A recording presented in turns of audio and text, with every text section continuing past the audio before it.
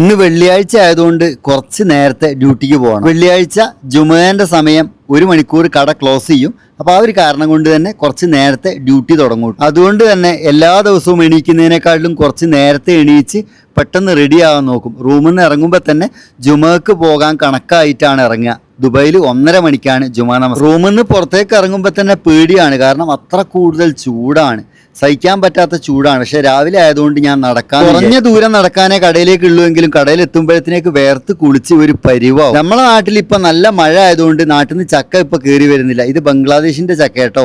നാട്ടിലുള്ള ചക്ക ഇപ്പോൾ വെള്ളം കയറിയിട്ട് മധുരമൊന്നും ഉണ്ടാവില്ല. പക്ഷെ ഈ ചക്കക്ക് നല്ല മധുരമുള്ള ചക്കയാണ്, ബംഗ്ലാദേശിൽ നിന്ന് വരുന്നതാണ്. ഒതു എടുത്ത് പള്ളിയിലേക്ക് പോകുന്ന വഴിയിൽ ഇഷ്ടം പോലെ വെള്ളം അവിടെ കുടിക്കാൻ വേണ്ടി വെച്ചിട്ടുണ്ട്.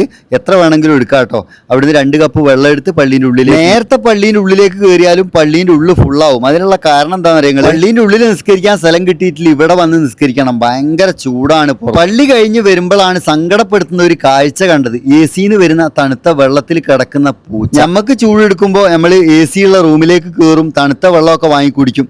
ഈ മിണ്ടാപ്രാണികളെ കാര്യം ഒന്ന് ആലോചിച്ച് നോക്കി, ഭയങ്കര കഷ്ടം. അൽഹംദുലില്ലാ, പടച്ചോനെ സ്തുതിക്കുക. കാരണം ഒരുപാട് ആൾക്കാർ ഈ പൊരിഞ്ഞ വെയിലത്ത് നിന്ന് പണിയെടുക്കുന്ന ആളുകളുണ്ട്, കുടുംബം പോറ്റാൻ വേണ്ടിയിട്ട്. ഓരോക്കെ കാര്യം ആലോചിക്കുമ്പോൾ നമ്മളൊക്കെ സ്വർഗത്തിലാണ്. പടച്ചോൻ കാക്കട്ടെ, ആ ആളുകൾക്കൊക്കെ നല്ല ആരോഗ്യം കൊടുക്കട്ടെ.